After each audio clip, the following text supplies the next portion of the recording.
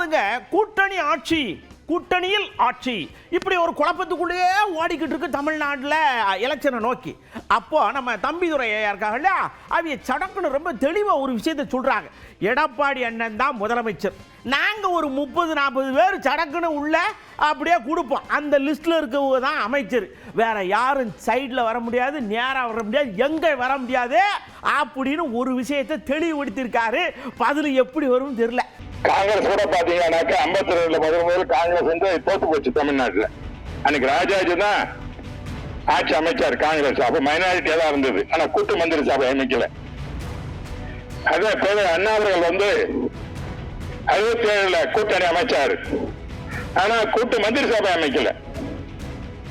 அதே போல கருணாநிதி விட கூட்டணி வச்சாரு, ஆனா கூட்டு மந்திரி சபை அமைக்கல. புரட்சி தலைவர் அவர்களும் கூட்டணி வச்சு தேவை சந்தித்தார், ஆனால் கூட்ட மந்திரி சபையை அமைக்கவில்லை. அம்மா அவர்களும் கூட்டணி வச்சாங்க, ஆனா கூட்டணி என்பது வேறு, ஆட்சி யார் நடத்துவது என்பது வேறு. ஆட்சியை அனைத்து இந்திய அண்ணா திராவிட முன்னேற்ற கழகம் தான் நடத்துமே ஒழிய அதில் மற்ற கட்சிகளுக்கு கூட்டணி பங்கேற்கு இடமே கிடையாது. இது தெளிவாக தமிழ்நாட்டு அரசியல் இதுவரை நடந்தது.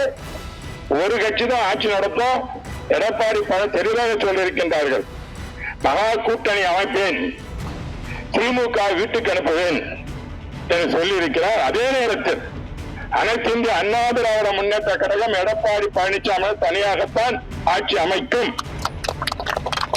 கட்சி சொல்றாங்க நாங்கெல்லாம் கூட்ட மந்திரி சபையில பங்கேற்கணும்னு, அதெல்லாம் அவங்களுக்கு ஆசை இருக்கலாம். அண்ணா திமுக தொண்டனா இருக்கட்டும், தமிழ்நாட்டு மக்களாக இருக்கட்டும், கூட்டு மந்திரி சபையை என்று விரும்ப மாட்டார்கள்.